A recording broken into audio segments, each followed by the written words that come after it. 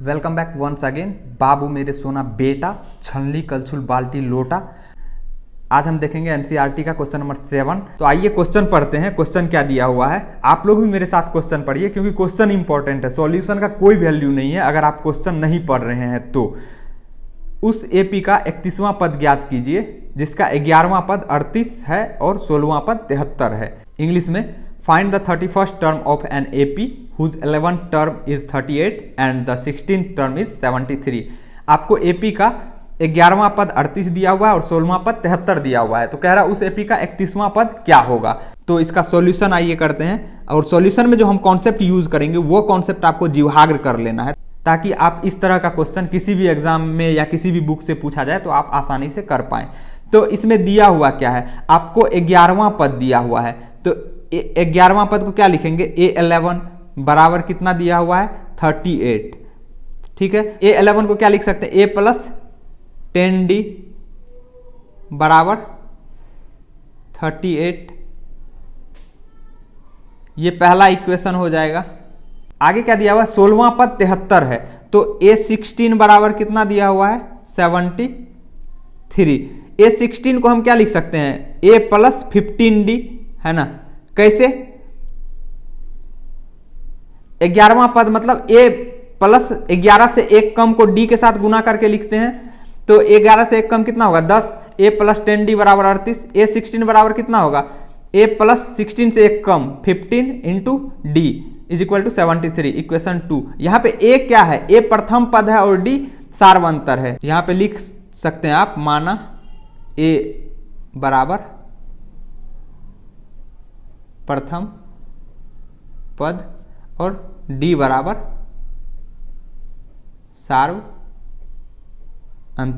सार्वंतर को इंग्लिश में common difference कहते हैं। तो ये दो इक्वेशन बन गया। इसमें जो हम फॉर्मूला यूज किए हैं वो फॉर्मूला भी लिख देता हूं, A n बराबर A plus n minus 1 into D. किसी एपी के nवें पद का फॉर्मूला होता है ये, जो कि मैंने इस क्वेश्चन में अप्लाई किया। अब जैसे A11 के जगह पे हमने A प्लस 10D लिखा, कहां से लिखा, A प्रथम पद plus n minus 1 into D. तो n माइनस n क्या आता है, यहाँ पे n के जगह पे क्या है 11 है, तो यहाँ पे 11 माइनस 1 करेंगे तो क्या आएगा 10 आएगा। 10 को d से मल्टीप्लाई करेंगे 10d। तो इसी फॉर्मूला को हम डायरेक्ट इस रिजल्ट को यूज करते हैं। तो अब दो इक्वेशन है, दो अननोन है, a और d, दो अननोन है, दो इक्वेशन है। तो आप इसको सॉल्व करके a और d का वैल्यू निकालिए। कैसे निकालेंगे, इक्वेशन फर्स्ट में से इक्वेशन सेकेंड को माइनस करेंगे तो क्या हो जाएगा, यहाँ पे लिखिए a plus 10d is equal to 38।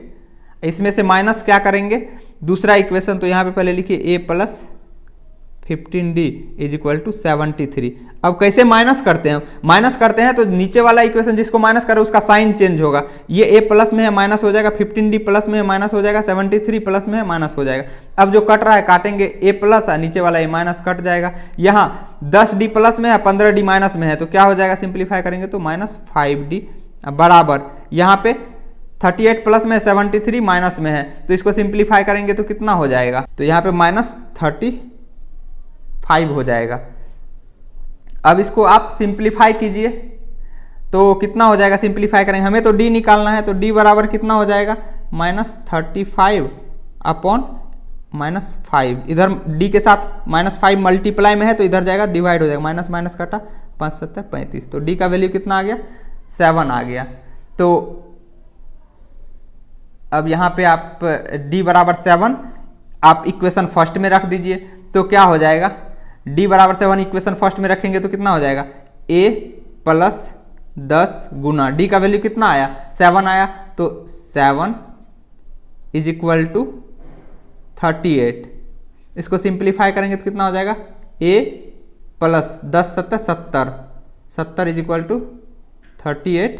हमें क्या चाहिए, a चाहिए ना, तो a निकालेंगे तो क्या हो जाएगा a, तो a बराबर कितना हो जाएगा 38। ये 70 इधर जाएगा तो माइनस 70 हो जाएगा। अब इसको सिंप्लीफाई करेंगे तो आ जाएगा आपका माइनस 32। a का वैल्यू आ गया माइनस 32, d का वैल्यू हमने निकाला 7, तो यहाँ पे लिख दीजिए d बराबर a बराबर माइनस 32 और d बराबर 7। तो यहाँ पे हमें क्या चाहिए, एपी का 31वां पद, तो A31 बराबर क्या हो जाएगा, A31 बराबर डायरेक्ट भी लिख सकते हैं A31 बराबर A प्लस 30D। कैसे? n के जगह पे 31 रखिए ना इसमें, तो n के जगह पे 31 रखेंगे तो क्या हो जाएगा, 31 में से 1 घटाएंगे तो 30, उसको d से मल्टीप्लाई करेंगे, जोड़ना किसमें, a में, तो a प्लस 30d। अब वैल्यू रख दीजिए, कितना आ जाएगा, a का वैल्यू हमने निकाला -32, अब प्लस 30 गुना d का वैल्यू 7, तो सिंप्लीफाई करेंगे तो कितना आ जाएगा, -32 आप प्लस 7 या 21, 210। इसको सिंप्लीफाई करेंगे तो ऐसे लिख सकते हैं 210 माइनस 32 बराबर, इसको सिंप्लीफाई करने के बाद कितना हो जाएगा, 178 हो जाएगा।